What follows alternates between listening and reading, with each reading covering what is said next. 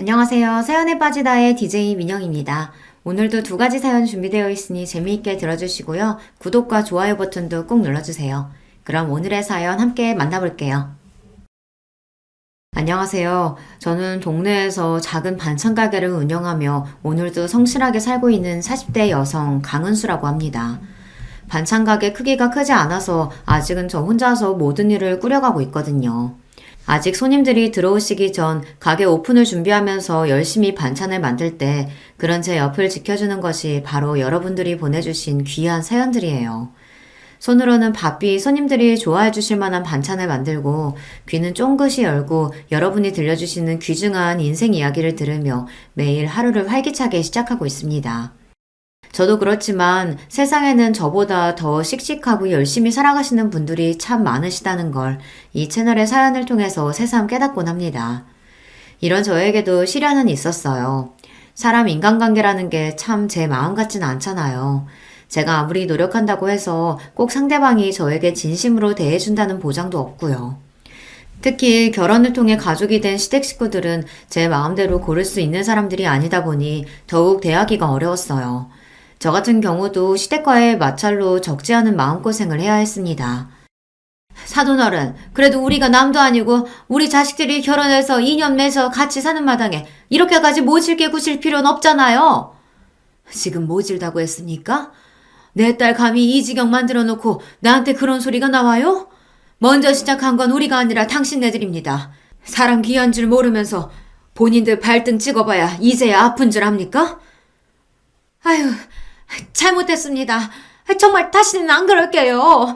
그러니까 제발 한 번만 선처를 해주시면. 선처라니? 내 눈에 흙이 들어와도 그런 일은 없다.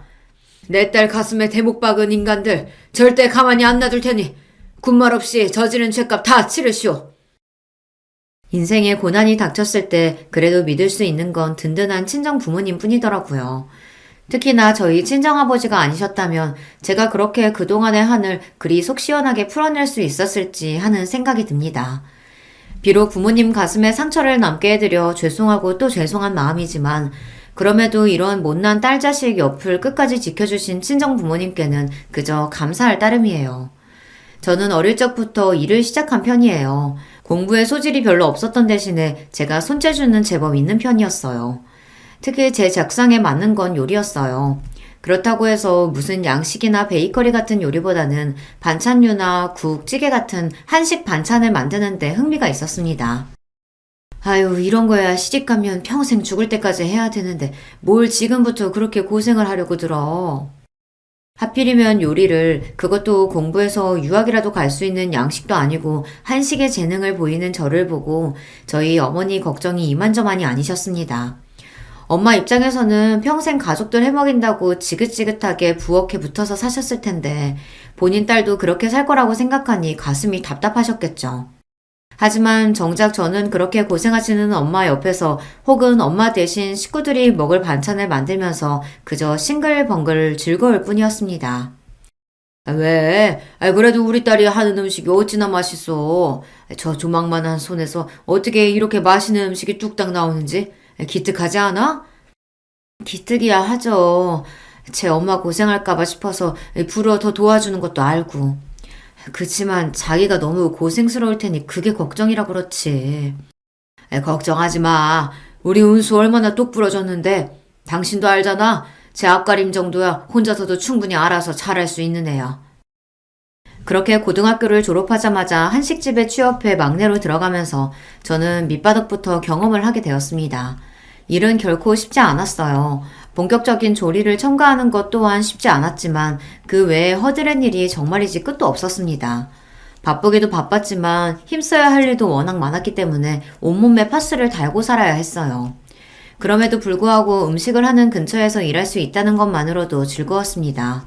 비록 손에는 칼에 베인 크고 작은 상처들이 수두룩하고 맨날 근육통을 달고 사는 딸 자식을 보며 속상해하시는 부모님이셨지만 말입니다. 아휴, 이 꽃다운 나이에 손이 이게 뭐람. 내 새끼 이 어린 나이부터 벌써 돈 번다고 고생 많다. 에이, 고생은 무슨. 젊어서 고생은 사서도 한다잖아. 나는 나 하고 싶은 거 공짜로 배우는 거나 다름없는데 이만하면 수지 맞은 장사지. 말이나 못하면, 아유, 제발 다치지만 마, 다치지만. 알았어, 조심할게요. 사실 제가 처음 일하러 들어간 자리가 금방금방 사람이 빠지는 자리이긴 했어요. 그만큼 노동의 강도도 센 편이고 정말 이 일을 제대로 배워보겠다는 마음가짐을 가진 사람이 아니면 오래 버티기가 힘든 자리였습니다. 그런 자리에서 갓 고등학교 졸업한 제가 악착같이 버티고 있는 걸 보자 늘 엄하기만 하셨던 사수분들도 차츰 제게 정을 주시기 시작했어요. 은수가 우리 막내보다도 어린데 어쩜 이렇게 손이 야무지고 성실한지. 나중에 크게 돼도 정말 크게 될 거야. 두고 보라니까? 그래. 은수가 참 요즘 애들 같지 않지. 이왕이면 우리도 이렇게 성실한 후배한테 하나라도 더 가르치면 보람이 있지. 감사해요. 저 정말 열심히 할게요. 그렇게 딸버린 제게 정을 주시며 아껴주신 선배님들 덕분에 첫 직장에서 제 평생의 밑거름이 될 만한 많은 지식을 배울 수 있었습니다. 지금도 반찬 가게에서 그 레시피를 일부 사용하고 있어요. 그러니 저한테는 은인이나 다름없는 분들이시죠.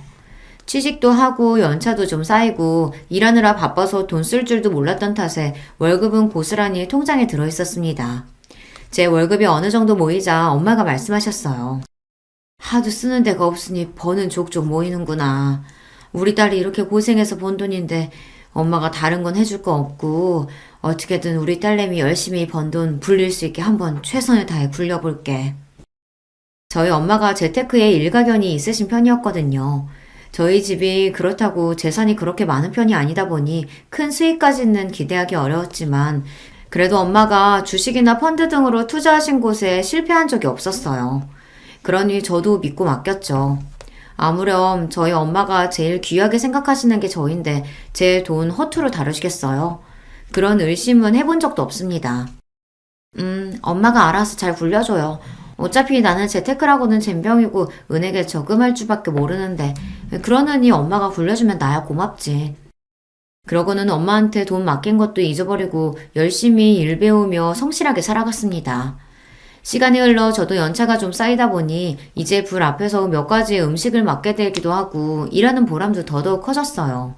그것도 나름의 승진이라고 월급도 조금씩 올라서 제가 가치를 인정받는 것 같다 뿌듯했습니다. 남편을 처음 만난 건 제 경력이 5년 차를 넘어갈 무렵이었어요. 평소에 제 사수분들이 워낙 저를 예뻐해 주셨기 때문에 누구에게 말을 꺼내도 제 얘기를 좋게 해주시는 편이었습니다. 진짜 저보다도 더 저를 고평가해 주시는 것 같아 민망하긴 했지만 어쨌든 그건 역시 선배들의 애정이라고 생각하니 기분은 좋더라고요. 남편은 제가 일하던 한식당의 납품업체 직원이었습니다. 저보다 먼저 저에 대한 남편의 호감을 알아챈 선배분들이 은근히 저를 부추기셨습니다. 오대리가 사람이 참 성실하고 괜찮아. 헛짓한 성격도 아니고 은수 너랑은 딱이다 딱. 그렇게 반쯤은 호기심으로 반쯤은 주변의 부추김에 등 떠밀려 남편과 교제를 시작하게 되었습니다. 남편 역시 어려서부터 일을 시작한 사람이었어요. 저 같은 경우에는 제가 하고 싶은 일이 확고해서 그런 거였지만 남편은 사실상 집안 환경 때문에 반쯤 떠밀리듯 사회생활을 시작한 사람이었습니다. 아버지께서 보증을 잘못 써시는 바람에 저희 어렸을 때 집이 한바탕 뒤집어진 적이 있었어요. 빚이 꽤 많은 편이었는데 지금은 어느 정도 정리가 되기는 했지만 그 여파가 무시할 수 없는 수준이라 자라는 내내 넉넉하지는 못한 환경이었어요. 공부를 그렇게 썩 잘하는 편까지는 아니었어도 대학을 못 갈 수준까지는 아니었는데 집에서 대학 학비까지 기대하기는 어려운 형편이었죠. 그러다 보니 지금은 이렇게 일만 하고 있네요. 저야 제 선택에 의해서 대학 진학을 스스로 포기한 거지만 남편 입장에서는 가고 싶음에도 불구하고 환경이 받쳐주질 않아 울음을 삼키고 포기했던 대학이니 아쉬움이 남을 수밖에 없겠다는 생각이 들었습니다. 그래서 제 딴에는 위로의 뜻으로 남편에게 말했어요. 그래도 제 역시 참 대단하네요. 가고 싶었던 대학 환경 때문에 가지 못하게 됐으면 원망하는 마음이 들 수도 있고 부모님께 반항심이 생길 수도 있는데 그거 생산적인 방향으로 돌려서 일찍부터 자기 일을 시작한 거잖아요. 직업에 귀천이 세상에 어디 있겠어요. 제 한 몸 스스로 건사하면서 나쁜 짓 안 하고 성실하게 일하면 무슨 일이든 다 귀한 일인 거죠. 우리 재 역시 참 기특하네. 기특해. 나 참 나같이 별 볼 일 없는 사람한테도 그렇게 이야기해주고 은수씨 마음 씀씀이가 참 고와요. 저랑 몇 살 차이도 나지 않았지만 그래도 몇 년 사회생활을 더 했다고 조금은 사회에 찌든 느낌도 있었던 남편이었습니다. 그런 남편에게 이런 식의 칭찬을 해준 것도 제가 처음이었다고 했습니다. 어쩜 제 자식이 가정 형편 때문에 일이 고생하는데도 부모가 한번 다독여주지도 않았는지 남편이 안쓰러운 마음이었습니다. 만난 지 5년이 넘어갈 무렵 갑작스레 아이가 찾아왔을 때도 당황스럽기는 했지만 불안한 마음이 들지는 않았습니다. 그만큼 제게 단단한 믿음을 준 남편이었으니까요. 오래 만나면서 양가에서도 저희 결혼을 이미 기정사실로 여기고 계셨기에 결혼까지 이르는데 걸릴 만한 것도 없었습니다. 너 배부르기 전에 웨딩드레스 입으려면 빨리 준비해야 돼. 더 미루려고 들지 말고 최대한 빠른 날짜로 잡아. 특히나 시댁에서 무서운 기세로 결혼을 밀어붙이셨습니다. 그런 거 치고는 아들 장가 보내면서 신혼집이나 혼수나 너무 인색하게 군다는 인상을 주는 시어머니긴 하셨지만요. 하지만 남편에게 그동안 들어온 바가 있었으니 솔직히 크게 기대한 건 없었습니다. 우리 집에서 해주는 게 너무 없어서 미안해. 아니야. 애초부터 뭐 그렇게 기대하는 게 있었던 것도 아니고. 이 나이 먹어서 결혼하는 건데 사는 건 우리가 알아서 해결해야지. 그래도 쟤 역시 지금껏 모아둔 거랑 내가 모은 거 합치면 우리 두 사람이랑 아이 지낼 정도의 전셋집 정도는 구할 수 있을 테니까 그것만 해도 얼마나 다행이야. 애초에 시댁에서 금전적인 지원은 바라지도 않았어요. 바란다 한들 뭐 돈 나올 구석이 있는 집이어야 나올 게 있죠. 어차피 기대를 하나 하지 않으나 도움받기는 글렀는데 괜한 기대로 마음 상할 일 만들고 싶지 않았습니다. 그렇게 반반 결혼을 하게 되었죠. 신혼집 전세금으로 들어간 돈도 반반, 가전으로 들어간 돈도 거의 반반이었습니다. 물론 뒤에서 저희 친정 부모님이 제게 따로 챙겨주신 것도 있었어요. 남편 집에서 워낙 해주는 것도 없는데 저희 집에서 먼저 나서기도 남편 입장에서 민망할 수도 있다는 생각이 들어 제가 별 말은 하지 않았지만요. 그래도 내 새끼 시집 보내는데 부모가 돼서 어떻게 아무것도 안 해줘. 이건 아빠가 따로 챙겨주니까 살면서 네가 필요한 일 있으면 주저하지 말고 써. 결혼해서 살다 보면 알게 모르게 돈 들어갈 일 적지 않아. 그럴 때 믿는 구석으로 이거라도 갖고 있으면 좀 나을 거야. 아빠 정말 감사해요. 생각지도 못하게 아빠한테서 제 명의로 된 통장을 하나 받게 되었습니다. 제법 목돈이 들어있었던 통장을 보자 딸내미 시집가서 고생하지 말라는 부모님 마음 씀씀이가 느껴져 마음이 찡해졌습니다. 그리고 말이다 은수야. 이건 네 남편이나 시댁 쪽에는 얘기하지 말어. 그러시면서 엄마가 저한테 통장 하나를 더 내미시더라고요. 그걸 펼쳐보고 제가 얼마나 놀랐는지 몰라요. 거기 찍혀있는 금액이 웬걸 무려 2억이 넘는 돈이었습니다. 엄마, 이 큰 돈이 다 어디서? 놀랄 거 없어. 이거 다 네 돈이야. 네 돈이라고. 제가 직장생활 5년차까지 모은 월급들 다 저희 엄마한테 맡겼다는 얘기는 이미 말씀드렸었죠. 그걸 엄마가 어찌나 살뜰하게도 불리셨는지 거의 원금의 1.5배가 넘는 돈으로 불려놓으신 거예요. 운이 좋았어. 마침 같이 재테크 공부하는 지인들이 좋은 정보 물어주는 바람에 너도 그렇지만 엄마도 덕 좀 봤다. 이거는 우리가 도와주는 거 아니고 오롯하게 네 돈인 거니 잘 갖고 있어. 괜히 남편이나 시댁에 얘기해서 헛바람 들게 하지 말고. 정말 살면서 이 돈 없으면 죽겠다 싶을 때 그럴 때나 써. 알았지?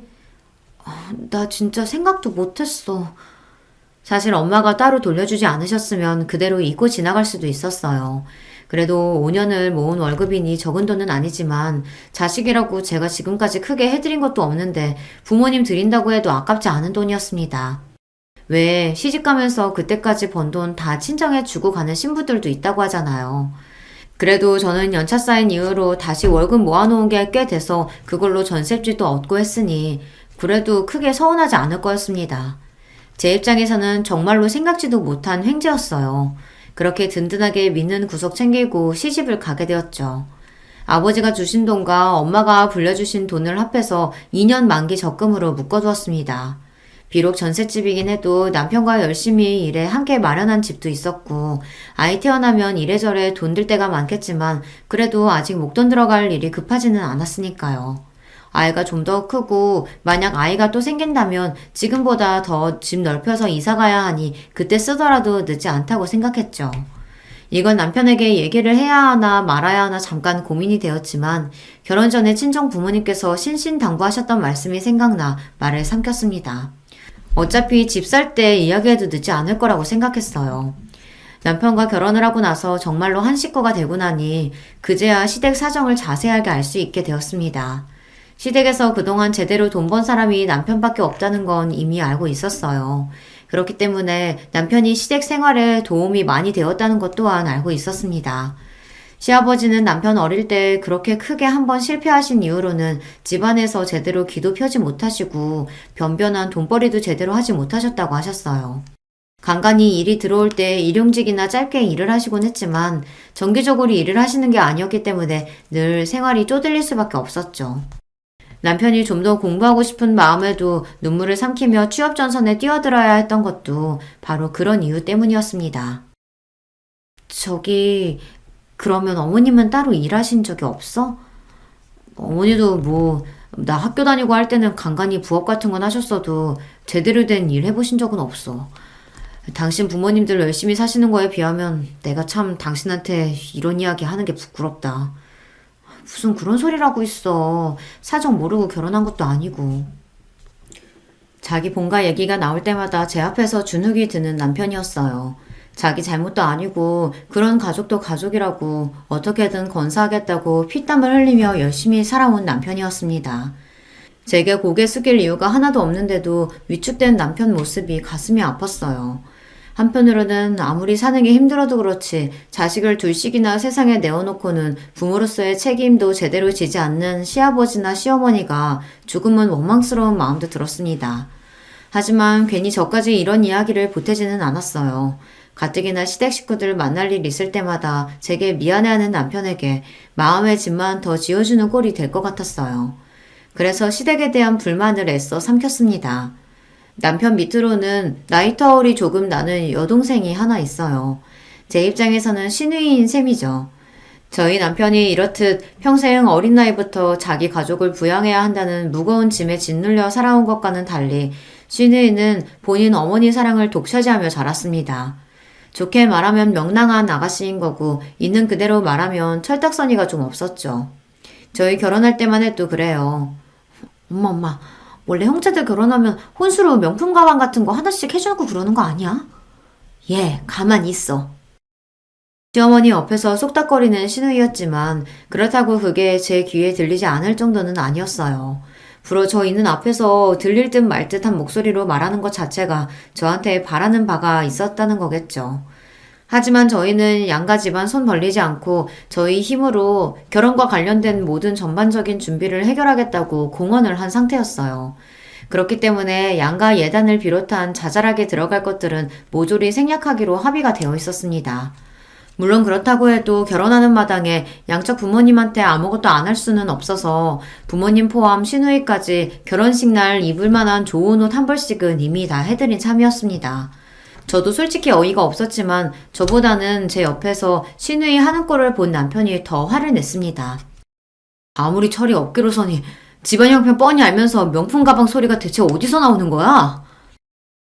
저희끼리 남은 자리에서 평소 성격답지 않게 흥분하는 남편을 도리어 제가 달래야 했어요. 너무 그러지 마.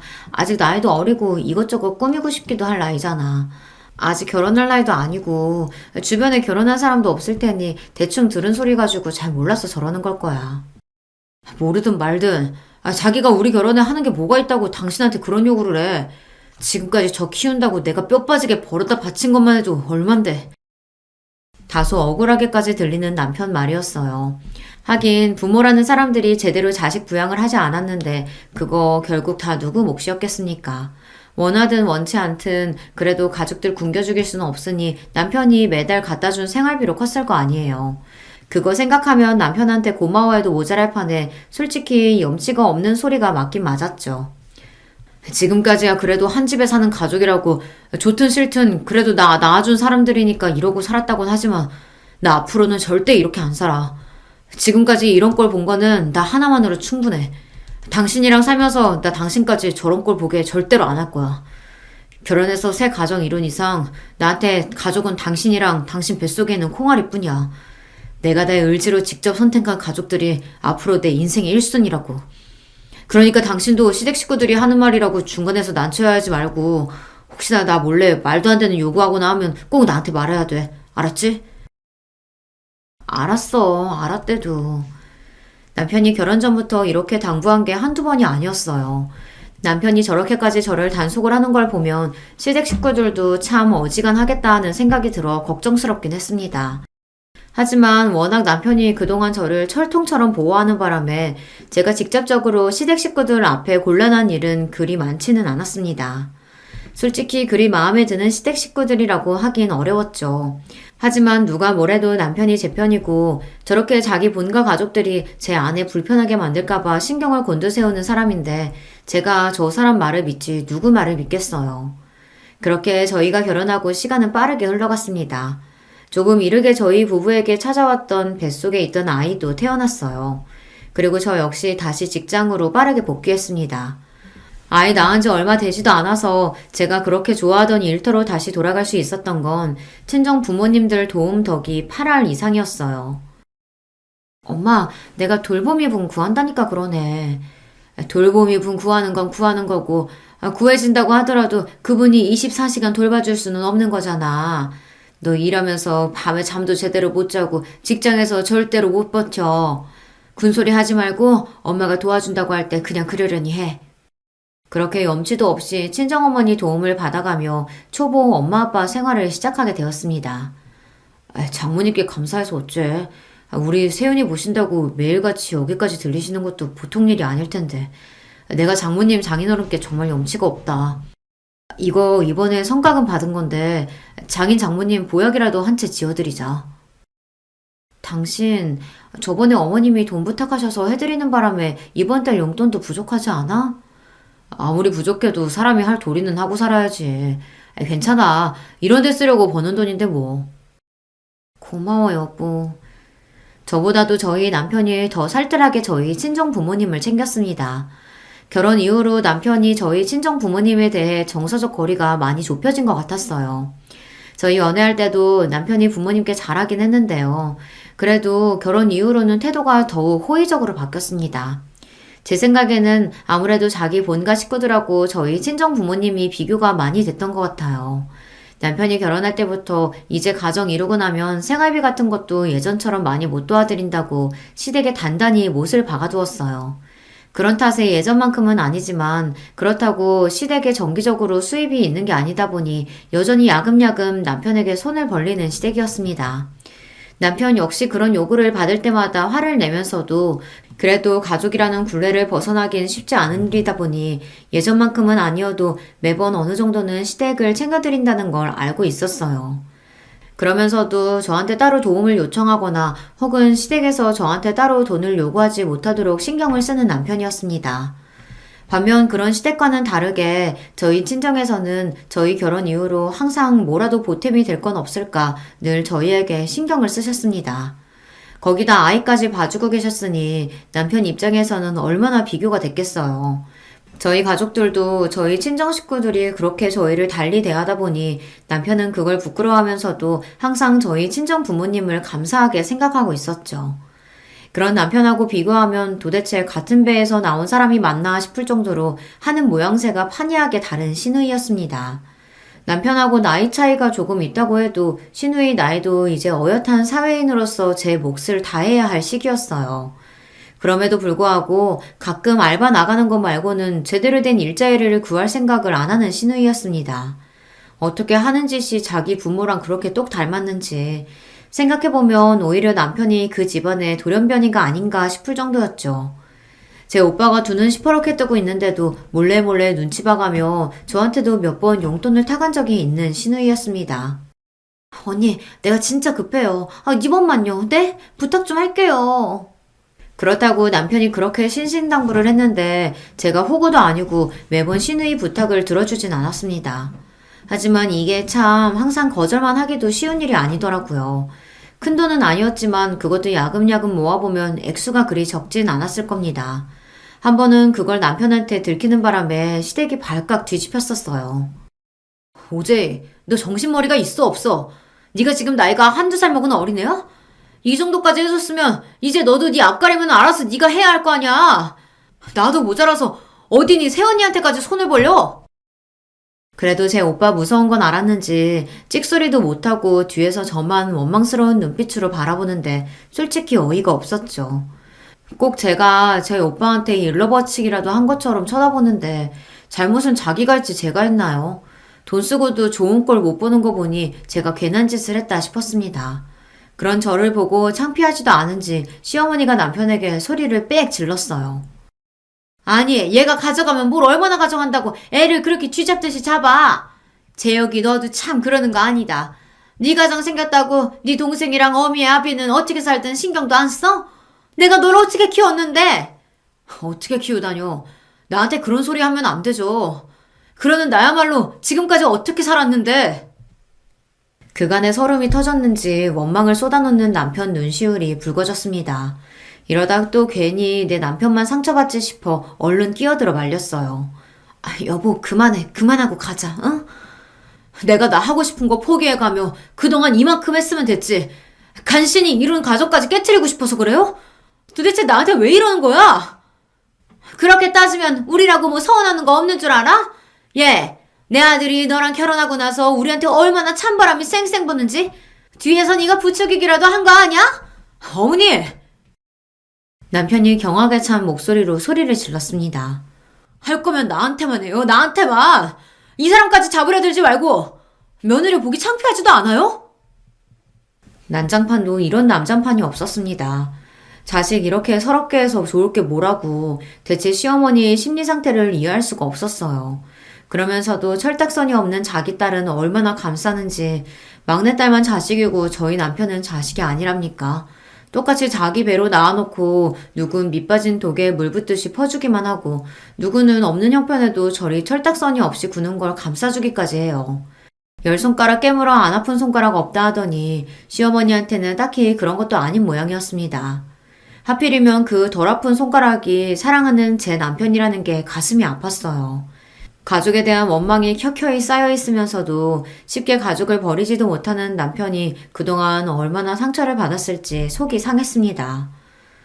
내가 정말 이런 꼴까지 보이고 싶진 않았는데 당신한테 이런 못 볼 꼴까지 보여서 정말 미안해. 그치만 앞으로는 제이한테 아무것도 해주지 마. 오늘도 봤지? 자기가 받은 건 생각도 못하고 저 좀 듣기 싫은 소리도 듣는다고 원망하는 것 좀 봐. 해줘봤자 감사할 줄도 몰라. 당신까지 괜한 짓 하지 마. 알았어. 내가 잘못했어. 그날 다친 남편 마음을 달래주느라 꽤나 애를 먹어야 했습니다. 마음 같아서는 남편이 시댁과 연을 끊었으면 싶었어요. 하지만 남편이라고 왜 그러고 싶지 않았겠습니까? 그게 차마 쉽지 않으니 남편도 지금까지 이렇게 시달리며 살아온 거였겠죠. 답답한 마음이 들긴 했지만 과연 나였으면 매몰차게 부모지간의 연을 끊을 수 있었을지 생각해보면 저 역시 쉽게 대답할 수는 없었습니다. 그렇게 여전히 대면대면하고 약간은 감정이 상해 있는 상태로 시댁과는 거리가 벌어져 있었어요. 불어 제가 시댁하고 가깝게 지내고 싶은 마음도 없었지만 남편이 워낙 도끼 눈을 뜨고 쳐다보고 있으니 제가 그러려고 했다 한들 그럴 수도 없었을 거예요. 그러던 와중에 뜻밖의 소식이 들려왔습니다. 바로 신우이의 결혼 소식이었어요. 아니 아가씨 어쩌려고? 지금까지 변변하게 일해놓은 것도 없고 당연히 모아놓은 돈도 없는데 무슨 돈으로 결혼을 하겠다는 거야? 제이 걔 애 가졌다더라. 뭐? 그러니까 신우이도 혼전 임신을 했다는 겁니다. 더 기가 막히는 건 신우이의 남편이 될 사람도 일정한 직업이 없다는 거였어요. 대번에 걱정부터 되더라고요. 솔직히 신우이가 잘 살든 말든 그거 자체는 그렇게 신경 쓰이지 않았어요. 그만큼 정이 있었던 것도 아니었고요. 하지만 그리 귀하게 여기는 신우이 반지 앞 월세방에서 신혼살림 시작하게 생겼는데 시어머니가 어디 가만히 있겠습니까? 결국은 제 남편을 들들 볶으려 들 텐데 그 생각을 하니 골이 깨지는 기분이었습니다. 소식을 듣고 걱정하긴 저희 친정 부모님 역시 마찬가지였어요. 아유, 사돈댁은 대체 어쩌려고 그런다니? 없는 형편에 딸 자식 시집을 어찌 보내려고? 또 우리 오서방만 잡으려 드는 거 아닌가 몰라. 이번에는 그 사람도 마음 단단히 먹었는지 어린 반푼어치도 없는 소리라고 하는데 어떻게 될지는 가봐야지. 그렇다고 동생이 결혼하는데 손윗사람이 돼가지고 아무것도 안 하고 손 놓고 있을 수만 없잖아. 아유, 또 오서방이 속이 어지간히 썩겠어. 너도 그렇고. 이미 시댁 돌아가는 꼴이 어떤지는 진작 알고 계신 친정 부모님이셨기 때문에 얼굴에 수심이 드리워지셨습니다. 예상했던 것처럼 얼마 지나지 않아 시어머니가 은근히 저희를 들쑤시기 시작했어요. 예, 그래도 동생이 시집 가는데 아무것도 안 들려보낼 순 없잖니. 걔가 지금 홀몸도 아니고. 그건 어머니가 알아서 하셔야죠. 저는 지금까지 제가 낳은 자식도 아닌 걔 이만큼 키워놓은 것만 해도 제 할 돌이 넘치겠어요. 너는 또 말을 그렇게 서운하게 해? 예, 네 남편 말하는 것 좀 봐라. 너도 애 생겨서 결혼했잖아. 그러면 이해를 좀 해줘야지. 지금 제 이 마음이 얼마나 불안하겠어? 지금 누구랑 누굴 비교하는 거예요? 이 사람은 어릴 적부터 열심히 일하면서 자기 앞가림 똑부러지게 한 사람이에요. 쥐뿔 가진 것도 없으면서 덜컥 애부터 생겨서 제 오빠한테 살림살이 내놓으라고 하는 애랑 비교를 해요? 그렇게 딸 자식이 안쓰러우면 부모인 어머니가 해결하세요. 지금까지 제가 갖다 드린 돈 다 어쩌셨는데요? 그거 한두 푼도 아닌데 생활비 쓰고도 알뜰하게 모았으면 애 혼수 보탬 정도는 되잖아요. 그거 다 어쩌셨는데요? 그러자 시어머니가 우물쭈물 말했습니다. 아니, 식구가 셋인데 돈 쓰려고 하면 그거라고 넉넉해? 그나마도 너 장가 들고 나서는 오만 눈치 다 보게 만들더니. 그렇게 제 눈치가 보기 싫으셨으면 직접 나가서 돈을 버시던가요? 남편이 버럭 소리를 지르는 바람에 그 대화는 그걸로 끝이 났습니다. 그러고 나서 신우이가 살살 저희 집으로 들락날락 거리더라고요. 이 집구석에서 돈 나올 구석이 저희밖에 없으니 어떻게든 저희 구슬리는 것 말고는 도리가 없었겠죠. 남편은 그런 신우이를 냉랭히 대했지만 돈까지 해주는 건 아니라 하더라도 제 입장에서 집에 찾아오는 신우이한테 문을 안 열어줄 수도 없잖아요. 그렇게 불편한 시간이 쌓여갔습니다. 언니가 말 좀 잘해주면 안 돼요? 곧 언니 조카도 태어날 건데. 말 맞다나 곧 엄마가 될 사람이 여전히 철딱서니가 없는 게 사람 복장을 뒤집어지게 할 지경이었으나 이번만큼은 남편도 호락호락하지 않았습니다. 저 역시 뭐 예쁘다고 도와주자는 소리가 쉽게 나오겠어요. 와중에 친정어머니로부터 전화가 와서 잠시 전화를 받으러 발코니로 나왔습니다. 엄마 왜요? 은수야, 다름이 아니라 우리 세준집에서 급하게 이사를 나가야 한다고 해서 보증금을 빼줘야 할 것 같은데 엄마 아빠 돈 묶어놓은 게 있어서 당장은 빼주기가 어렵거든. 한 달 정도 좀 돈 좀 용통해 줄 수 있을까? 풀리는 대로 바로 이자까지 쳐서 돌려줄게. 이자는 무슨, 엄마 아빠가 우리한테 해주는 게 얼만데. 아 맞다, 나 결혼 전에 엄마 아빠가 준 돈 적금으로 묶어놓은 거 이번에 만기돼요. 3억 가까이 되니까 보증금 내주는데 문제 없을 거야. 내가 조만간 은행 들려서 해결할게. 고맙다. 우리 딸내미밖에 없네. 무슨 고맙기는. 항상 내가 고맙지. 그렇게 기분 좋게 통화를 마치고 거실로 돌아오는데 신우이가 허둥질둥 돌아갈 채비를 하더라고요. 아가씨 가시게요? 결혼 전이라 이것저것 준비할 게 많네요. 언니 나 먼저 가요? 그러고 급하게 나가는데 혹시 엄마랑 통화한 걸 들었나 싶더라고요. 돈 얘기 들으면 눈 뒤집힐 거 뻔하니까 일부러 발코니 문도 닫고 통화했는데 설마 들었겠나 싶었습니다. 하지만 제 이런 생각이 얼마나 아니랬는지 깨닫는 데는 불과 며칠이 걸리지 않았어요. 너 적금 탄다며? 한두 푼도 아니고 3억이나 되는 돈을 받으면서 어른한테 이야기도 안 해? 저희 집까지 쳐들어와서는 마치 저한테 맡겨놓은 돈 찾는 것처럼 구는 시어머니였습니다. 시어머니 뒤로 고개만 빼꼼 내밀고 숨어있는 신우이는 덤이었죠. 제가 조심을 한다고 했는데 어떻게 저 적금 탄다는 소리를 들었는지 그 소리 듣고 눈이 뒤집혀서 헐레벌떡 제 어미한테 달려간 거였어요. 저는 기가 막혔습니다. 제가 적금 타는 걸 어머니께 보고해야 할 필요는 없죠. 얘 말하는 것 좀 봐. 어떻게 그럴 필요가 없어. 그게 다 내 아들 돈일 텐데.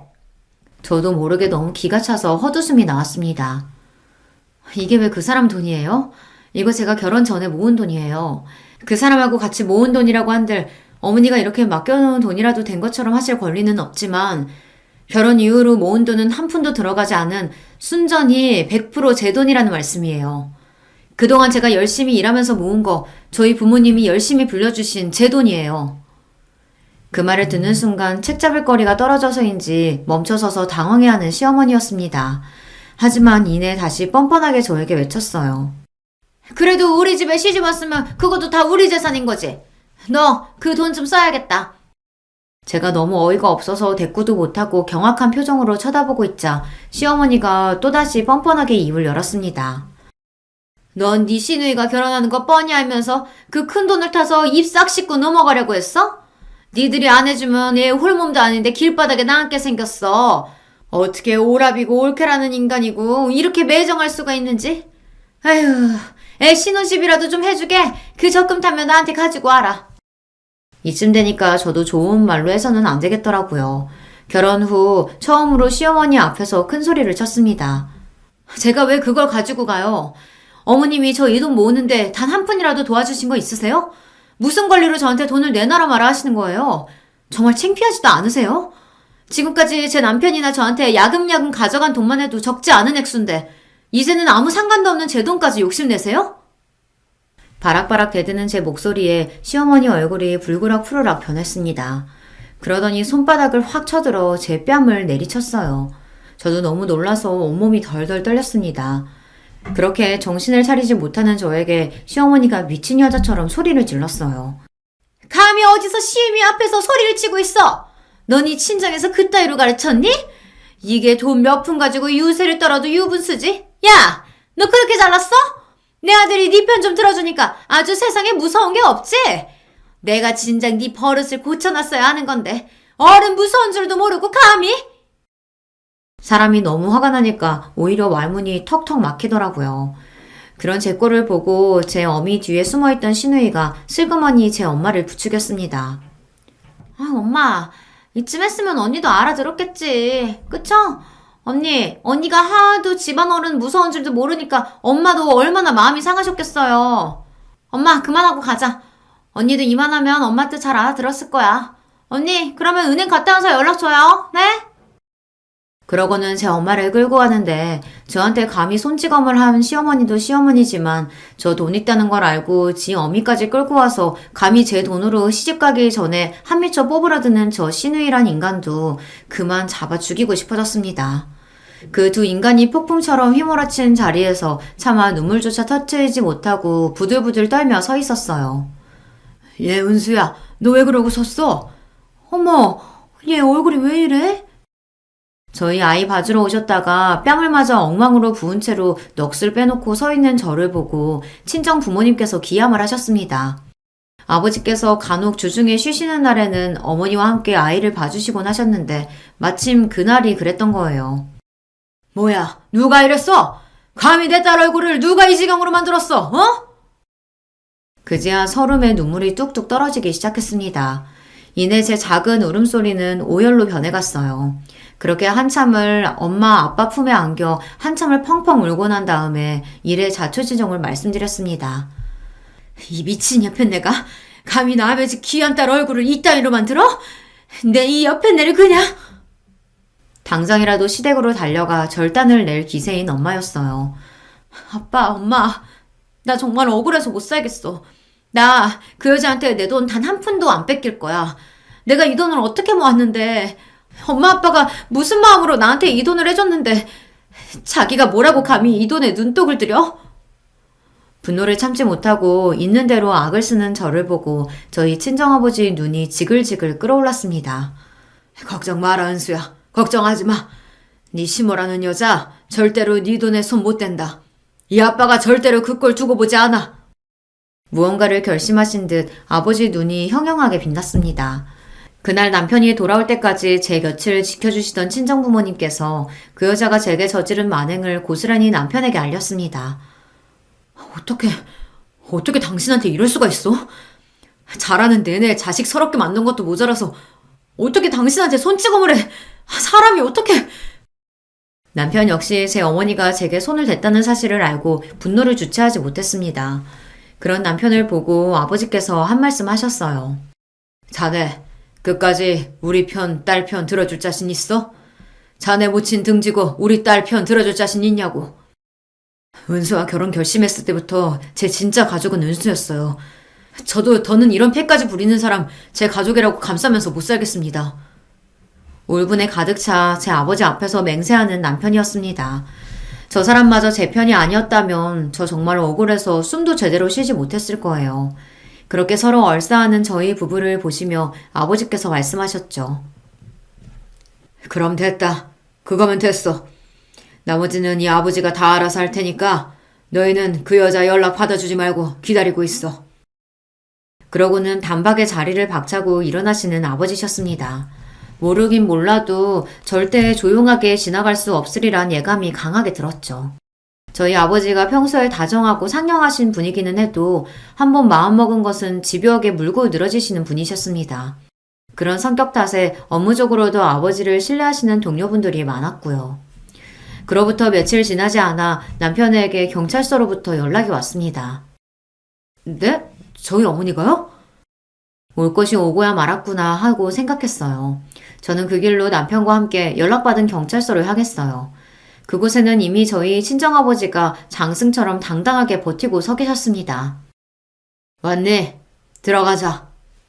앞서 들어가신 아버지를 따라 저희 부부도 경찰서 안으로 들어갔어요. 그러고는 차가운 유치장 철장 안에 갇힌 시어머니를 목도하고 말았죠. 재혁아, 얘 아가, 나 좀 꺼내줘. 이 엄마 좀 꺼내다오. 어? 뭐예요? 대체 무슨 짓까지 했길래 여기서 이러고 있는 거예요? 제 어미에 대한 일말의 동정심도 없는 말투로 남편이 싸늘하게 물었습니다.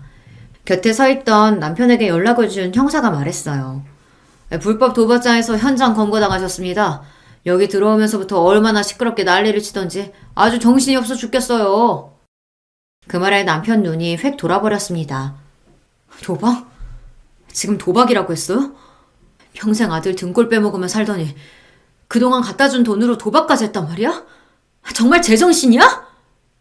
아무리 남편이 결혼 이후로 시댁에 보내는 돈이 줄었다고 하더라도 절약해서 아껴 쓰면 새 식구 입에 풀칠하지 못할 정도의 돈은 아니었습니다. 항상 돈 없다고 죽는 소리를 해서 대체 살림을 어떻게 하나 싶었는데 그거 야금야금 빼다가 도박까지 하고 있었던 거죠. 아니, 나는 얼마 하지도 않았어. 내가 그럴 돈이 나 있어? 그저 사는 거 팍팍하고 웃을 일 없으니까 차투리 돈 조금 남은 거 가지고 몇 번 기운 뗀 거밖에 없어. 정말이야. 무슨 판돈은 적어도 도박장을 제 집처럼 드나든다는 증언을 한 사람이 한둘이 아니에요. 형사가 코웃음을 쳤습니다.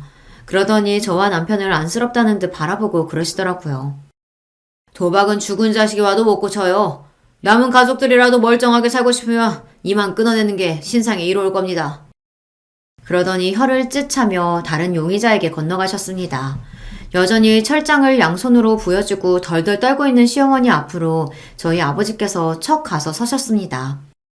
꼴 좋네요.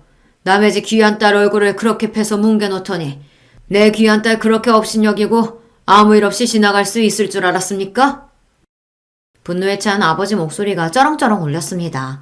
그런 저희 아버지를 보고 시어머니가 통 사정을 하기 시작했어요. 사돈어른, 제발 저 좀 도와주세요. 사돈어른은 높으신 양반들하고 일하시니까 이런 것 좀 쉽게 빼주실 수 있잖아요. 네? 그러자 아버지께서 코웃음을 치셨습니다. 내가 미쳤다고 당신을 풀어줍니까? 내 새끼 얼굴에 손찌검하고 마음에 생채기 입힌 당신 같은 쓰레기를. 애초에 댁이 지금 왜 여기에 들어있다고 생각합니까? 아버지 말을 듣는 시어머니 얼굴이 점점 창백하게 질려갔습니다. 예, 저희 아버지는 검찰 수사관으로 30년째 근속 중이셨어요. 범죄와 관련된 일을 파고드는 데는 물독처럼 집요하게 물고 늘어지시는 아버지 입장에서 시어머니의 추악한 행태에 하나 찾아내는 것쯤은 일도 아니셨을 겁니다. 내 딸, 내 사위 등쳐먹은 돈으로 도방장까지 들어드는 걸 알았을 때 내가 당신 잡아 죽이지 못해 피가 거꾸로 솟는 줄 알았어. 그런데 뭐? 풀어줘? 선처를 해줘? 정말 기도 안 차서. 사돈어른, 제가 정말 잘못했습니다. 제가 그때 잠깐 돌았었나 봐요. 정작 사과해야 할 저는 쳐다보지도 않고 저희 아버지한테만 개처럼 빌고 있는 시어머니를 보니 저도 분통이 터졌습니다. 잠깐 돌아서 그랬다고? 이봐요. 댁은 내가 알고 있는 한 항상 돌아 있었어. 제 속으로 낳은 제 자식 평생을 마음 춥게 만든 것도 모자라서 언강생심 며느리가 결혼 전에 모은 돈까지 탐을 내? 그것도 뻔뻔하게 짝이 없는 제 딸년 신혼집 해주겠다고? 내 남편이 도대체 당신한테 뭘 그렇게 잘못했어? 당신이 그러고도 사람이야? 남편 역시 더는 시어머니를 사람 대접하지 않았습니다. 설마하니 우리가 여기서 당신 빼내줄 거라고 기대는 하지 말아요. 감히 내 아내한테 손댄 그 순간부터 나는 이제 어머니는 없습니다. 내 가족 해치려던 인간들과는 이대로 영영 인연 끊을 거란 소리입니다. 아시겠어요? 그 길로 저희는 시댁과 모든 연을 끊었습니다. 더는 사고 수습해줄 멀쩡한 자식이 없으니 유치장에서 몸 갈려가며 한참을 고생한 시어머니였습니다.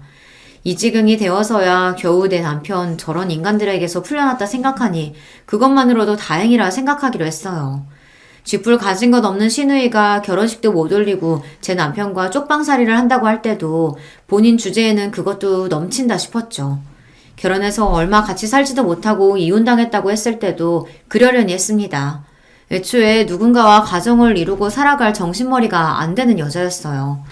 이 모든 사달의 시발점이 된 제 적금은 제 오랜 꿈이었던 저만의 가게를 마련하는 데 썼습니다. 이야기 시작할 때 말씀드렸던 바로 제 반찬 가게이죠. 아침마다 저를 차로 출근시켜주는 남편과는 여전히 다복하게 잘 지내고 있습니다. 이제야 저희 가정도 제자리를 찾은 기분이에요. 오늘 제가 들려드릴 이야기는 여기까지입니다. 여러분들도 가족분들과 좋은 하루 되시길 바라며 이야기를 마치겠습니다. 감사합니다. 안녕하세요. 저는 경기도에 살고 있는 60대 후반 할아버지입니다. 요즘은 뭐 그 정도 나이면 한창인 나이다 라고들 하는데 저는 젊은 시절에 고생을 좀 많이 해서 그런가 원래 나이보다 더 들여 보여서 정말 할아버지 같아요. 고생한 이야기를 간단하게 좀 하자면 아내가 둘째를 낳다가 난산으로 세상을 일찍 두고 두 딸을 혼자 키워왔습니다. 아이들을 위해서라도 새엄마가 필요한가 싶었던 적도 많았지만 그때는 새장가를 들면 새부인이 저희 아이들을 괴롭힐 것 같은 생각이 들었어요. 왜냐면 저도 사실 어릴 적 어머니가 집을 나가시고 새로 들어오신 어머님이 저에게 좋게 해주시진 않았었거든요. 그거에 대한 좋지 않은 기억이 있습니다. 그래서 혼자 아이들을 키웠어요. 물론 먼저 간 아내에게 미안해서 새로운 사람을 만나기 힘들었던 것도 이유 중에 하나입니다. 그 시절에 흔치 않은 연애 결혼이었거든요. 아이들은 너무나 고맙게도 건강하게 잘 자라주었습니다. 그리고 저에게 참 잘하는 효녀들이었어요. 엄마 없이 컸다는 것에 대한 불만이나 그늘이 있을 법도 한데 전혀 그렇지 않았습니다. 아빠, 혼자 애 둘을 키운다는 게 얼마나 힘든 건지 내가 결혼하고 아이를 낳아보니 더 잘 알겠더라. 첫째 아이는 결혼을 하고 아이를 낳고 나서는 저에게 고맙다 이야기하며 정말 펑펑 울었습니다. 저는 그 마음이 너무 고마웠고요. 젊은 시절부터 안 해본 일 없이 다 해가며 고생한 덕에 여기저기 아는 사람들이 참 많았고 그런 사람들의 덕을 많이 보며 살았습니다. 아이들을 혼자 키운다고 여기저기서 반찬도 많이 해주고 또 아이도 봐주시는 분들도 많았고요. 물론 저도 받고만 살았던 건 아닙니다. 도울 일이 있으면 언제나 제일 먼저 뛰어가서 도왔어요. 한 번은 옆집에 살던 친한 아우의 집에 갔다가 그 친구의 목숨을 살려준 일도 있었습니다. 심근경색으로 쓰러진 걸 제가 빨리 발견해서 살려냈었거든요. 병원에 도착해서 치료를 받는데 의료진들이 정말 2, 3분만 더 늦게 왔어도 큰일 났었을 거라고 하더군요. 다행스럽게도 그 아우는 별일 없이 회복했고 그 집안 사람들은 저를 정말 은인으로 생각했어요. 형님, 정말 제가 평생의 은인으로 모시고 이 빚은 정말 두고두고 갚겠습니다. 그 아우는 원래 참 부지런하고 열심히 사는 친구였는데 그런 사람들이 언제나 성공을 하잖아요. 그 아우도 크게 성공해서 지금은 저희 지역에서는 모르는 사람이 없는 중견기업을 운영 중입니다. 한 그룹의 사주가 된 거죠. 늘 형님 필요하신 거 있으면 편하게 이야기하라고 했지만 사실 누군가에게 부탁을 하고 하는 일을 편하게 하는 편의 사람은 아니라서 늘 말만으로도 고맙다고 했었습니다. 주변에 그런 사람들만 있어 그런지 저는 참 인복이 많다 생각하며 살았습니다. 첫째 사위도 참 좋은 사람이었거든요. 늘 아버님 하며 저를 챙겼습니다. 호탕하고 사람 좋고 큰 아이에게도 참 잘하고요. 아이들이 제 아빠를 따르는 것만 봐도 좋은 남자에게 시집을 잘 보냈구나 싶어 참 마음이 놓였어요. 문제는 둘째 사위였습니다. 어느 날 결혼을 하겠다고 둘째가 데려온 사위감이 참 마음에 들지 않았습니다. 무엇보다 딸아이에게 막대하는 것 같은 그 태도가 마음에 들지 않았어요. 어른 어려운 줄 몰라 하고 말도 생각나는 대로 다 뱉는 그 성격도 말입니다. 민정이는 저랑 결혼하는 게 복이죠. 좋다고 하도 그래서 제가 결혼해주는 거거든요. 어느 부모가 귀하게 키운 딸이 그런 소리를 함부로 하는 사위에게 시집을 보내고 싶어 하겠습니까? 저도 저지만 지 언니도 동생을 말렸어요. 언니가 매번 말했잖아. 네가 더 좋아하는 사람이랑은 결혼하면 안 된다고. 너를 더 좋아하는 사람을 만나라고. 근데 나는 저 사람이랑 결혼하고 싶어. 내가 좋아하는 사람이랑 사는 게 행복한 거지. 좋아하지도 않는 사람이랑 결혼을 왜 해? 둘째는 정말 막무가내였어요.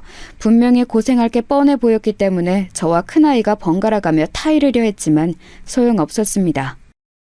그럼 연애를 좀 더 해보고 결혼을 하는 게 어떻겠니? 그러다 저 사람이 마음 바뀌면 어떡해? 지금도 내가 졸라서 하자고 하는 건데. 그니까 그건 졸라서 하는 결혼은 하는 게 아니라니까.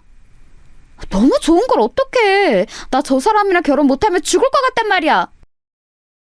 도저히 설득이 되지 않았어요. 허락해주지 않으면 도망이라도 가서 결혼하겠다 으름장을 놓는 작은 딸에게 져줄 수밖에 없었습니다. 자식 이기는 부모가 어딨겠어요. 결혼하고 철드는 남자들도 많으니까. 나는 진짜 모르겠어. 아직도 안 했으면 좋겠는데. 내가 잘 교육해볼게. 모든 집안 식구들의 걱정을 한 몸에 받으며 작은 딸은 그렇게 모두가 달가워하지 않는 결혼을 했어요. 도대체 그래서 일은 언제 시작한다고 하던? 내가 자리 소개시켜 줄 수 있다고 말은 전했어? 그중 제일 마음에 들지 않는 것이 바로 제 밥벌이를 제대로 하지도 또 제대로 할 생각도 없어 보인다는 것이었어요. 작은 딸이 혼자 벌어 집안 생활을 책임졌습니다. 그럼에도 불구하고 자기 남편에게 큰 소리 한번 제대로 못하는 것 같아 보였어요. 정말 속이 터졌지만 매번 이렇게 말하는 통에 간섭을 할 수가 없었습니다. 다들 절대 그 사람한테 싫은 소리 하지 마. 나 진짜 그 사람 없이는 못 산단 말이야. 큰아이는 그 모습에 답답해 죽으려 했고 저는 너무 속상했지만 그래도 뭐 어떻게 할 수 있는 방법이 없었어요. 그러던 중에 작은 아이가 임신을 했습니다. 그러면서 더 이상 일을 하지 못하게 되었어요. 원래 작은 아이가 주는 돈으로 집에서 놀고 먹던 둘째 사위가 어느 날 저에게 와서 그러더군요. 아버님이 소개시켜 주신다는 그 회사가 어떤 회사인가요? 드디어 일할 마음이 생겼나 싶어 기뻤습니다. 아이 아버지가 되면 철이 드는 경우도 있다고 하더니 사람이 달라지나 보려구먼. 그리고는 제가 목숨을 살려줬던 그 친구 회사에 부탁해 취직을 시켜줬어요. 물론 그 회사 사주가 저와 지인이라는 이야기는 작은 사위에겐 하지 않았습니다.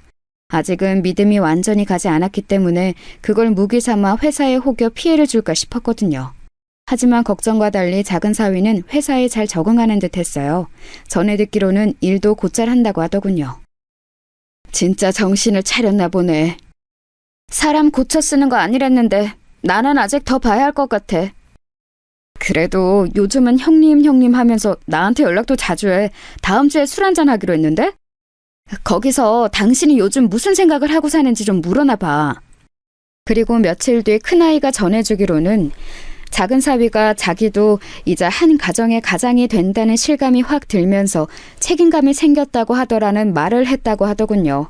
아이의 아빠가 된다는 걸 가볍게 생각했었는데 작은 아이를 따라간 산부인과에서 아이 심장 소리를 들으니 자기가 이제 진짜 아빠가 된다는 생각과 함께 인생을 대하는 마음가짐이 확 바뀌었다고 말이죠.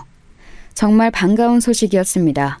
그래서 그 뒤로는 큰 사위와 작은 사위를 불러 셋이서 종종 술도 마시며 잘 지냈어요. 셋이서 이렇게 술 한잔하는 날도 오네요. 그러게나 말이네.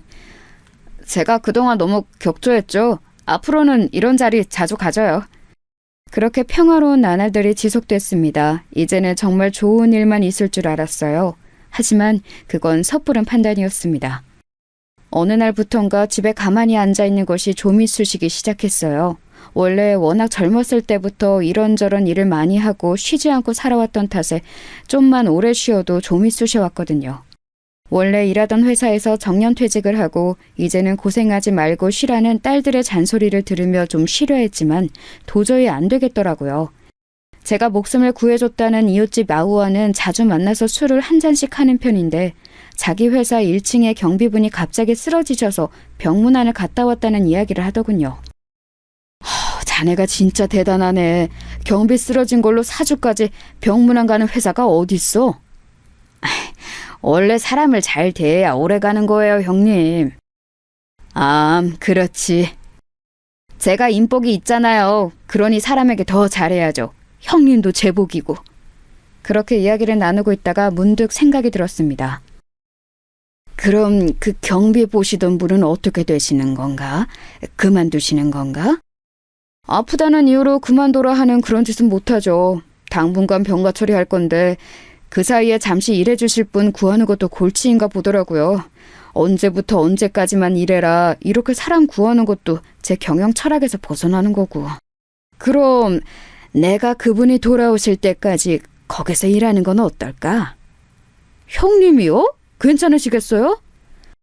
뭐 어때? 힘든 일도 아니고 안 그래도 좀이 쑤셔 죽는 줄 알았는데 잘 됐지. 형님이 하시고 싶으시면 그러세요.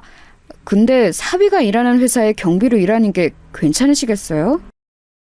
그런 거 부끄러워하고 그러지 않아. 나도 사위도 이제 철이 많이 들었어. 사람 됐다니까. 그거 참 다행한 일이네요. 그럼 형님이 일하시고 싶으실 때부터 나오세요. 제가 말해두겠습니다.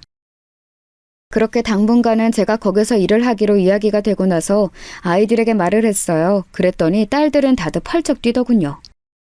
사서 고생을 왜 해요? 이제 저희가 용돈도 드리고 다 하는데. 그리고 아버지가 돈이 없는 것도 아니고. 네, 이제는 좀 편하게 지내세요. 나는 집에서 쉬는 게 불편한 사람이야. 너네도 알잖니. 도저히 좀이 쑤셔서 가만히 있을 수가 없다. 큰딸이 한숨을 쉬면서 고개를 절레절레 젓더군요.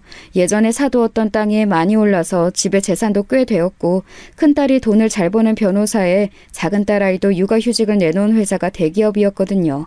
용돈을 늘 두둑히 받았기에 아이들은 더 이해를 할 수 없어 했습니다. 자식들 잘 키워놓고 이제 그 덕 좀 보고 사시지. 왜 고생을 하시겠다고. 큰아이가 다시 한번 말렸지만 제가 설득했어요. 길게 하는 것도 아니고 뒤에 아프신 분 돌아올 때까지 잠깐이라고 말이죠. 그렇게 경비원 일을 시작하게 되었습니다.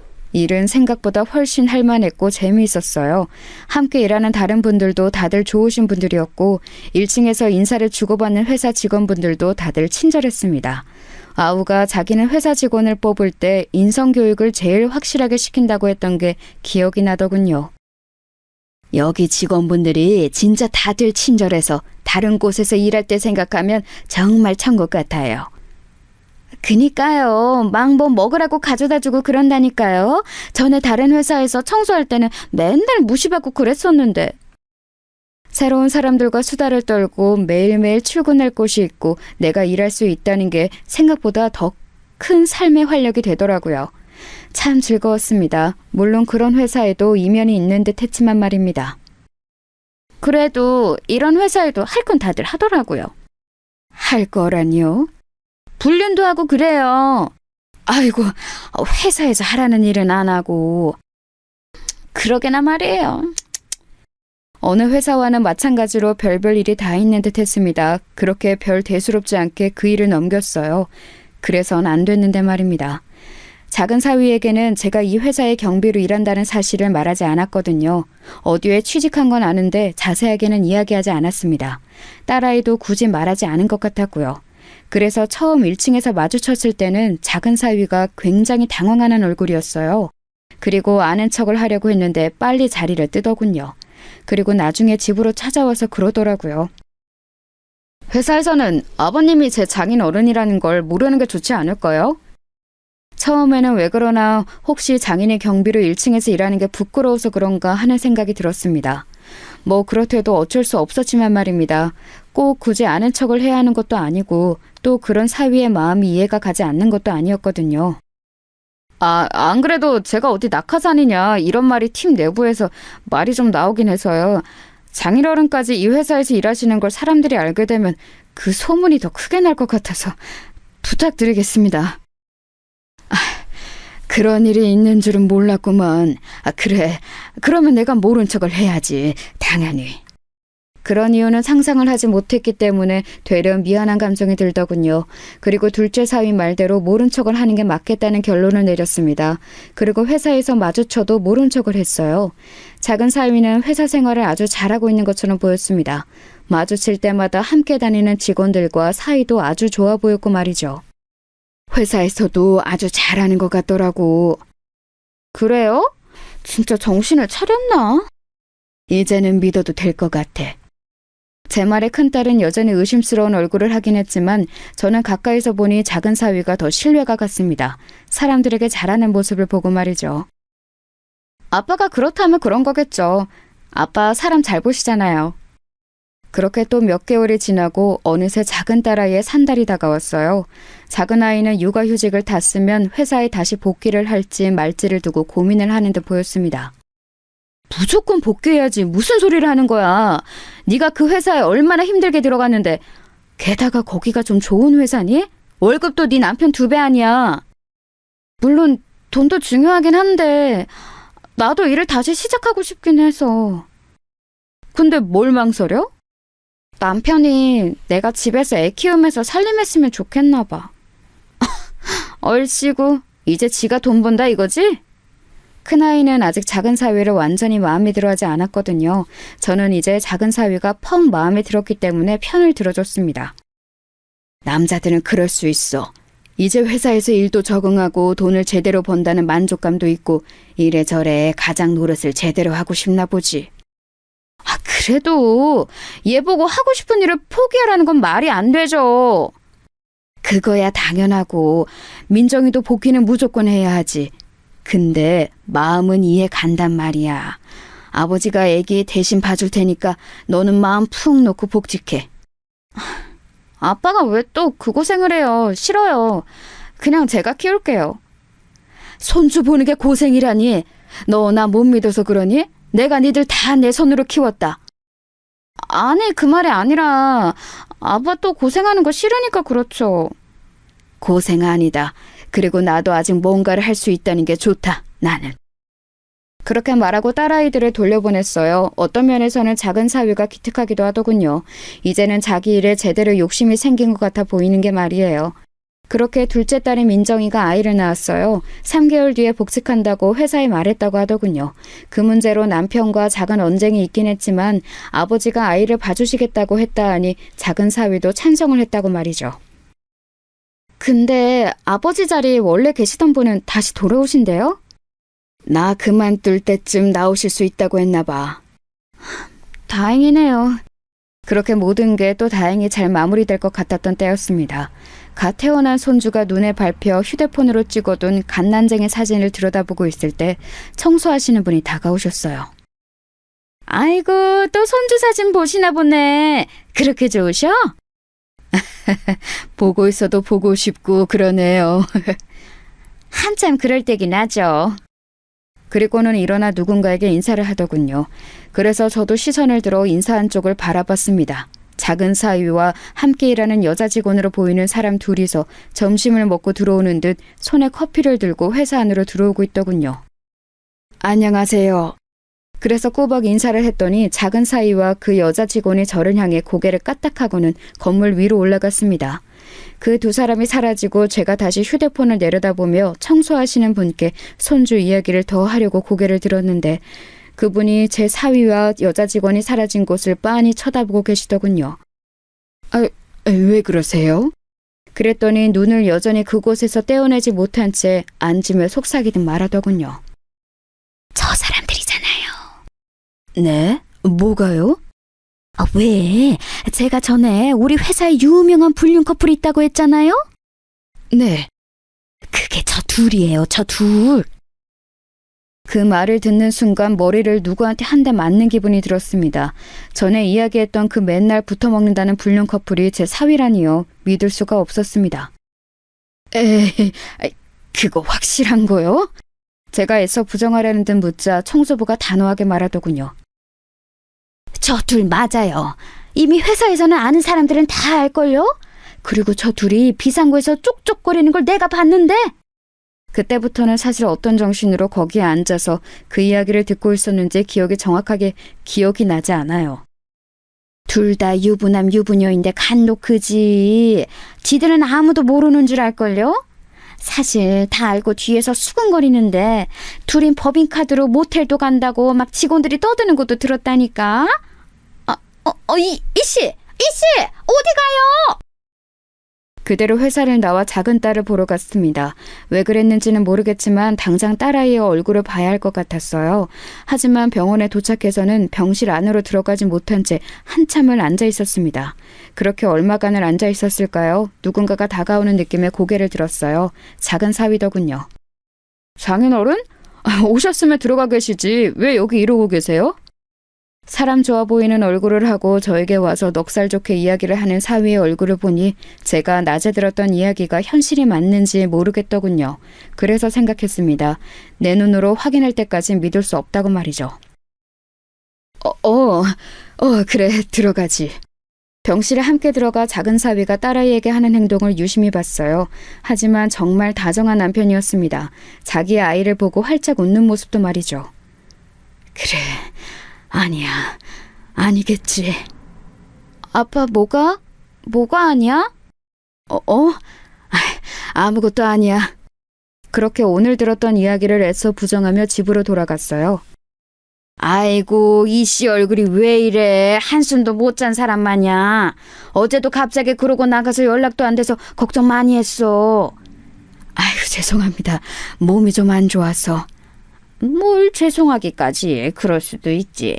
우리 나이에는 진짜 건강 잘 챙겨야 해. 진짜 큰일 나. 그래야죠. 그렇게 일을 하는 동 마는 동 집중을 제대로 하지 못한 채 점심시간이 됐습니다. 로비로 나오는 사위와 어제 봤던 그 여직원이 보였어요. 아이고, 저 둘은 또 붙어 다니네 그려. 저도 어제 들었는데 저 둘이 유명해요? 아마 자기들만 모를걸. 모두가 다 자기들 부른 이야기들 떠들고 있다는 거. 진짜 확실한 거 맞대요?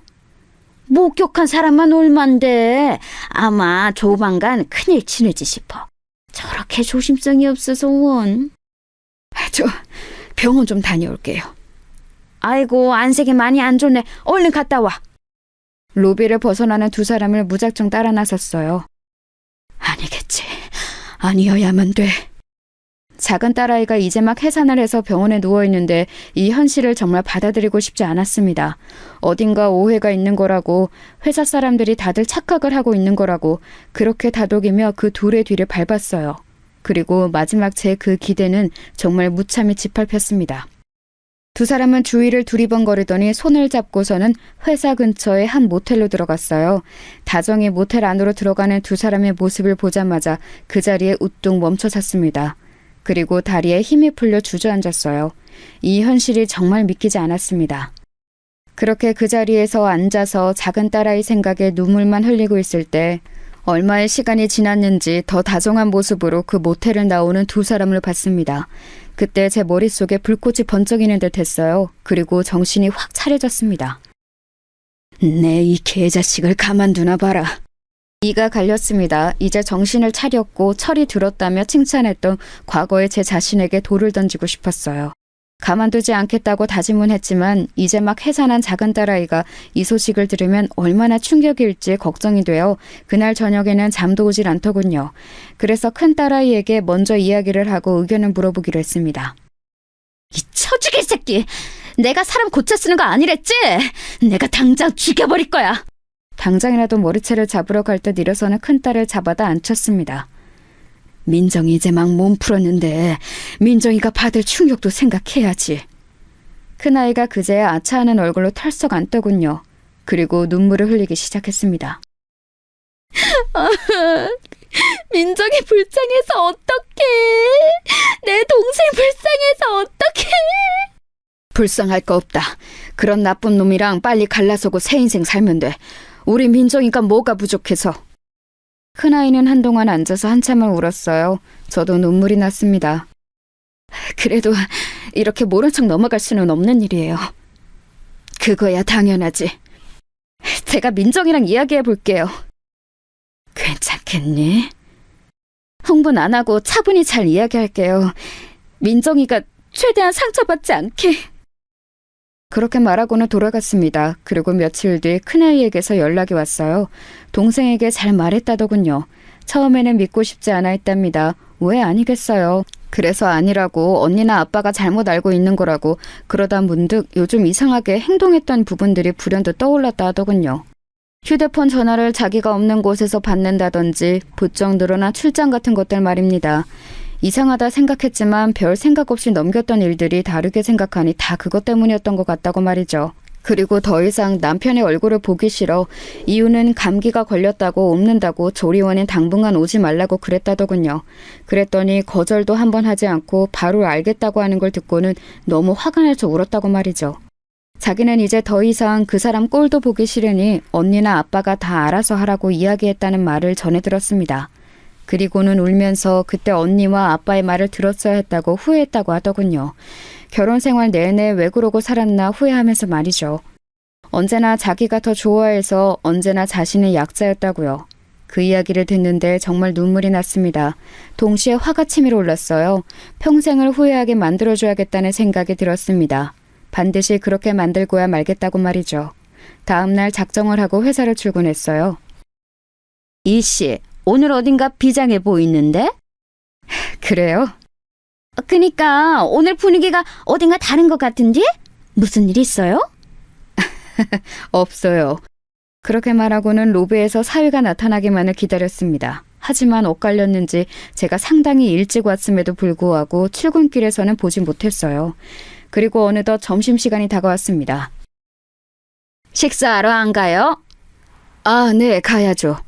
하면서 아직 나타나지 않은 사위를 기다리는데 마침 엘리베이터에서 내리더군요. 마찬가지로 옆에는 그 여자 직원과 함께 말이죠. 아이고, 저 양반은 저렇게 티를 내고 다녔어야 우원. 그런 이야기를 들으며 자리에서 벌떡 일어났습니다. 그리고 사위 쪽을 향해 소리쳤어요. 아이고, 박서방! 회사에서 보니 반갑네. 제 그 인사에 둘째 사위가 눈을 동그랗게 뜨고서는 저를 바라보더군요. 그리고는 당황한 듯 주변을 두리번거리더니 서둘러 그 여직원과 밖으로 나갔습니다. 그 모습을 보던 동료 경비원이 지금 뭐하냐는 듯한 얼굴로 저를 바라봤어요. 박서방이라니 그게 무슨... 둘째 사위예요. 제 그 답에 동료 직원분의 눈이 더 이상 커질 수 없게 커지더군요. 저에게 둘째 사위 불륜 어쩌고 하는 이야기를 다 했으니 놀랄만도 했겠죠. 아이고, 나는 그것도 모르고 아우, 괜한 소리를 늙어서 주책을 부렸구먼. 괜찮습니다. 알아야 할 일이었는데요. 저 망할 놈의 자식 가만히 안 두려고요. 저의 그 말에도 동료분은 자신을 계속 자책하듯 미안하다는 말만 반복하시더군요. 그래서 정말 괜찮다고 수십 번 말해줬습니다. 그리고 곧 사위에게 전화가 왔어요. 무표정한 얼굴로 받았습니다. 장인어른, 대체 왜 그러신 거예요? 내가 뭐? 회사에서는 모른 척 해달라고 분명히 부탁드렸었잖아요. 나도 모르게 반가워서 그랬나 보네. 미안하네. 진짜 조심해 주세요. 같이 있던 직원한테 그냥 둘러댔으니까 앞으로는 꼭이요. 그래. 하지만 저는 전혀 그럴 마음이 없었습니다. 사위는 이번에는 다른 직원들과 여럿이 어딜 가는 듯 우르르 로비로 내려왔어요. 그리고는 저를 슬쩍 보고는 가더군요. 그 모습을 보고 다시 한번 벌떡 일어났습니다. 그리고는 사위를 향해 소리쳤어요. 아이고, 박서방! 지금 퇴근하나? 민정이 병원에는 오늘은 가나? 분명히 낮에는 이제 아는 척하지 않겠다고 해놓고 다시 이러니 저 양반이 노망났나 하는 얼굴로 저를 바라보더군요.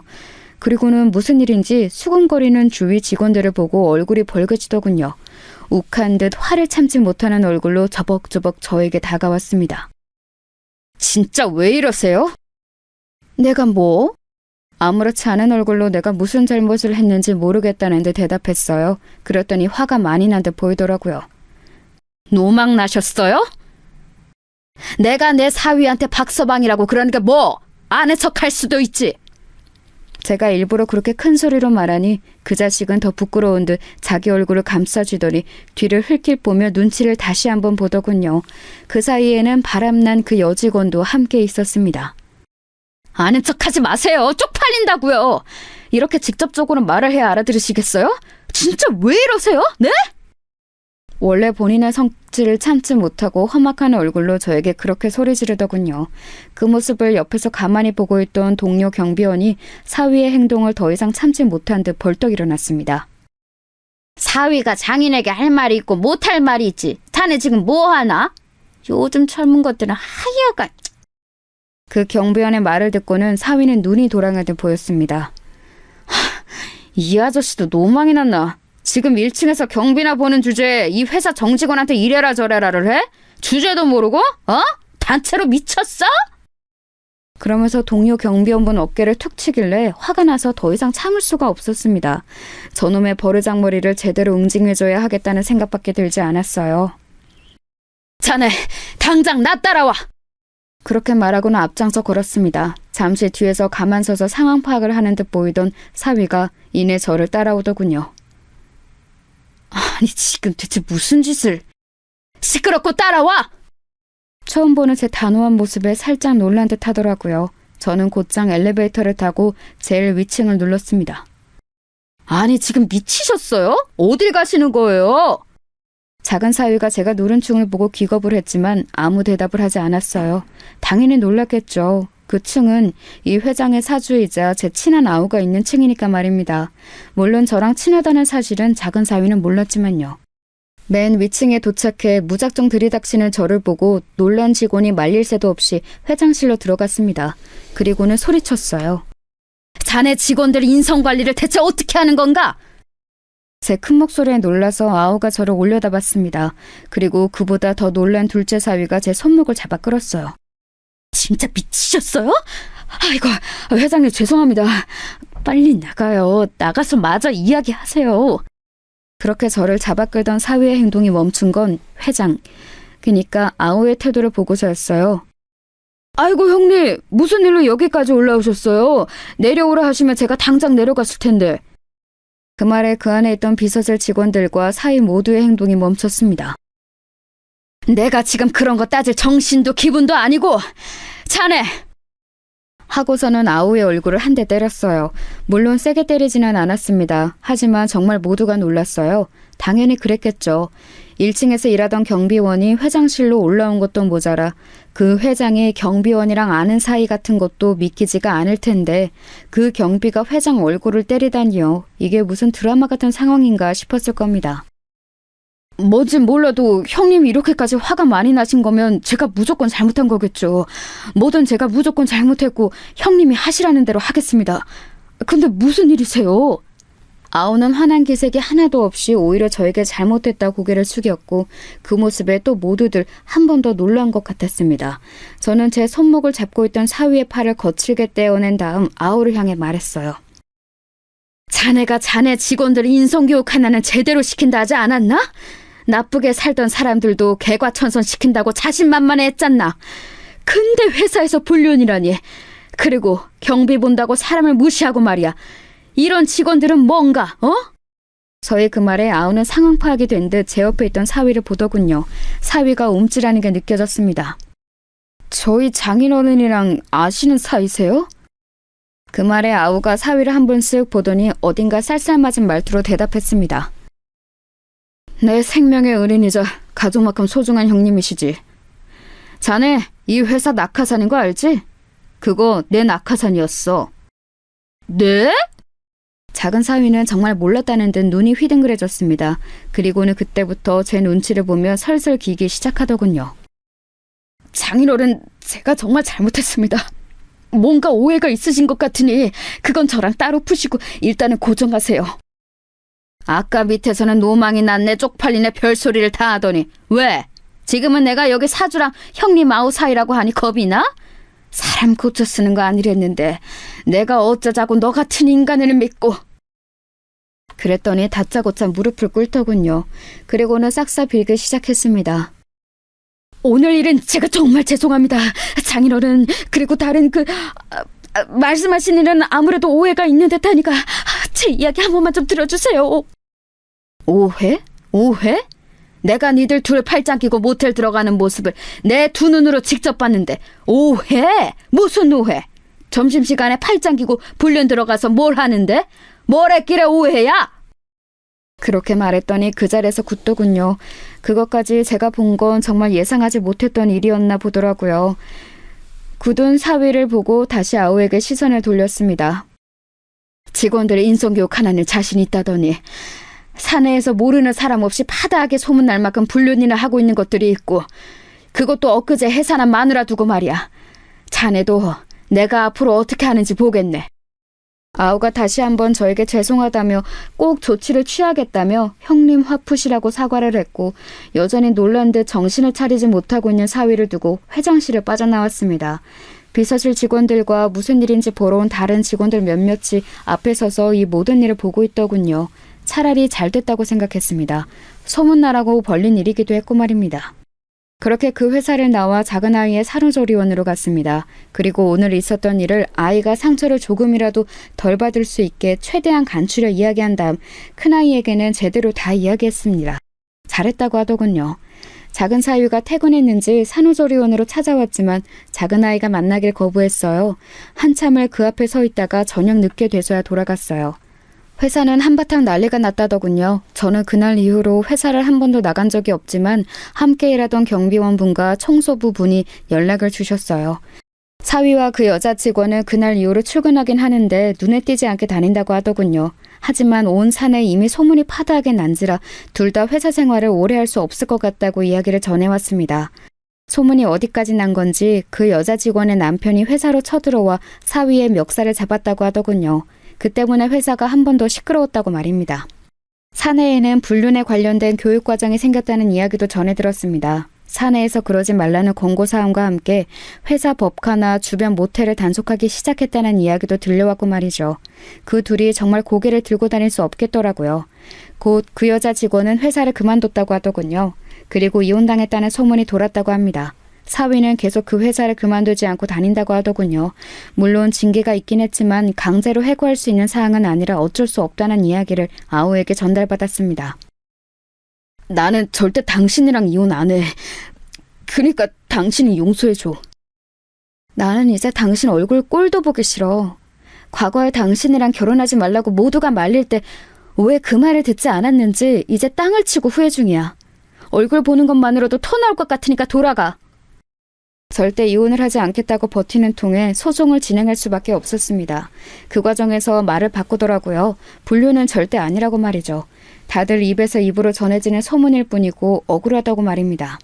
하지만 너무 대놓고 그러고 다녔기 때문에 사내에는 그 두 사람의 불륜을 모르는 사람이 없었고 그 덕에 목격담이나 증인들도 넘쳐났어요. 그래서 작은 사위의 그 주장은 받아들여지지 않았습니다. 지리한 소송의 결과는 저희의 승리였어요. 뭐 당연한 결과였죠. 양육권은 물론 위자료까지 다 받아냈습니다. 그리고 이혼이 성립이 되었어요. 정말 이렇게까지 해야겠어? 장인어른 이렇게까지 하셔야겠어요? 그 한 번 용서해 주는 게 그렇게 힘든 일이에요? 저 그동안 잘했잖아요. 그 한 번? 자기 마누라 애 가진 동안에 장인어른이 소개해준 회사에서 여자랑 붙어먹은 게 한 번 용서해 줄 일이야? 그게 용서받을 수 있는 일이라고 생각하나? 정이란 정은 다 떨어져서 당신 얼굴 보는 것도 역겹다고 했지. 난 당신이랑 절대 다시 못 살아. 그러니까 그냥 포기하고 돌아가. 저희가 절대 받아줄 것 같지 않자 이제는 태도를 바꾸더군요. 그렇게 좋다고 매달려서 결혼해줬더니 이제 와서 이렇게 나를 버려? 안 그래도 내가 그때 왜 그랬는지 땅을 치고 후회 중이야. 그렇게 작은 사위와의 마지막이 끝이 났어요. 그 뒤로 한동안은 소식을 들을 수 없었습니다. 하지만 이내 소식이 들려오긴 했어요. 그 인간은 정말이지 변하지 않더군요. 이제는 정말 본인이 벌어서 생활을 다 해야 했기 때문에 어떻게든 회사에는 붙어있으려 한 것 같았지만 결국은 또 한 번 사고를 친 것 같더라고요. 다른 직원과 불륜을 했다는 소문이 한 번 더 돌았고 결국은 공고사직을 당했다고 하더군요. 그리고는 취직이 안 되는지 여기저기 전전하다가 작은아이에게 돈을 빌려달라는 전화를 했었다고 합니다. 이건 큰아이를 통해 전해들은 소식이에요. 물론 작은아이는 돈을 빌려주지 않았고 술을 먹고 집까지 찾아와서 다시 합치네 마네 하는 진상짓을 하다가 경찰이 출동하는 일도 한 번 있었던 것 같더라고요. 그마저도 작은아이는 제가 걱정할까봐 저에게는 말해주지 않았지만 말입니다. 그렇게 똑같은 일이 몇 번이 더 생기고 작은아이는 접근 금지 신청을 했어요. 그게 받아들여지고 나서야 그 자식이 찾아오는 일이 없었습니다. 대책 없이 살고 있는 것 같더라고요. 일자리도 제대로 구하지 못하고 집에서 게임만 하고 술만 마시면서 말입니다. 한 번은 저에게 전화가 온 적이 있어요. 사실 그 자식인 줄 알았으면 받지 않았을 텐데 전화번호를 바꿨는지 모르는 번호로 전화가 한 번 와서 받았습니다. 제가 정말 죄송했습니다. 저는 진짜 그 시절로 돌아가고 싶어요. 자네가 깨트린 걸세. 매일매일이 후회의 고통뿐입니다. 그러게, 그런 짓은 왜 저질렀나? 저는 정말 민정이가 이렇게까지 모질게 저를 잘라낼 줄은 몰랐어요. 언제까지 그 아이가 자네한테 죽고 못살 줄 알았나? 아버님이 민정이한테 잘 이야기해 주실 수 없을까요? 저희 가족 다 행복했던 시절도 있었잖아요. 그럴 마음도 생각도 없네. 가족이라고도 하지 말게. 평생 후회하면서 그때 왜 그랬나 자책하면서 살아. 그리고 전화를 끊었습니다. 그리고는 다시 연락이 오지 않았어요. 물론 처음부터 그런 자식과 결혼하지 않았으면 제일 좋긴 했겠지만 그래도 작은 아이에게는 선물 같은 자식이 생겼습니다. 손주는 정말 눈에 넣어도 아프지 않을 만큼 예쁜 아이예요. 복직을 한 작은 아이 대신 제가 봐주고 있는데 어찌나 순하고 예쁜지 저녁에 와서 데리고 갈 때면 서운해서 눈물이 찔끔 난답니다. 저희 집은 그렇게 평화를 되찾았습니다. 작은 아이는 복직을 해서 즐겁게 회사를 다니고 있어요. 다행히 적응을 다시 잘하고 있는 것 같더라고요. 그 모습을 보면서 저도 다행이라고 생각했습니다. 민정이 우연히 본 내 동료 변호사가 맨날 소개시켜달라고 쪼르는데 진짜 좋은 사람이긴 하거든요? 근데 애가 곧 죽어도 소개를 안 받겠다네. 자기는 이제 결혼할 생각이 없다고. 그 일이 있은 지 몇 년이나 지났다고. 아직 상처 아물려면 멀었으니까 너도 싫다는 애한테 여러 말 하지 말거라. 아니, 그래도 너무 좋은 사람이니까 그렇지. 하며 푸념하는 큰아이에게 그러지 말라 당부했지만 정말 아까웠는지 작은아이 몰래 자리를 맡는 것 같더라고요. 다행인지 마음이 맞아 요즘은 데이트도 하고 있는 것 같았습니다. 동네 아우이자 그 회사 사주인 친구와도 잘 지내고 있어요. 사실 그날 얼굴을 때린 걸 바로 저녁에 사과했었습니다. 내가 감정을 못 이기고 그만. 미안하네. 아닙니다, 형님. 충분히 화가 나실 만한 일이죠.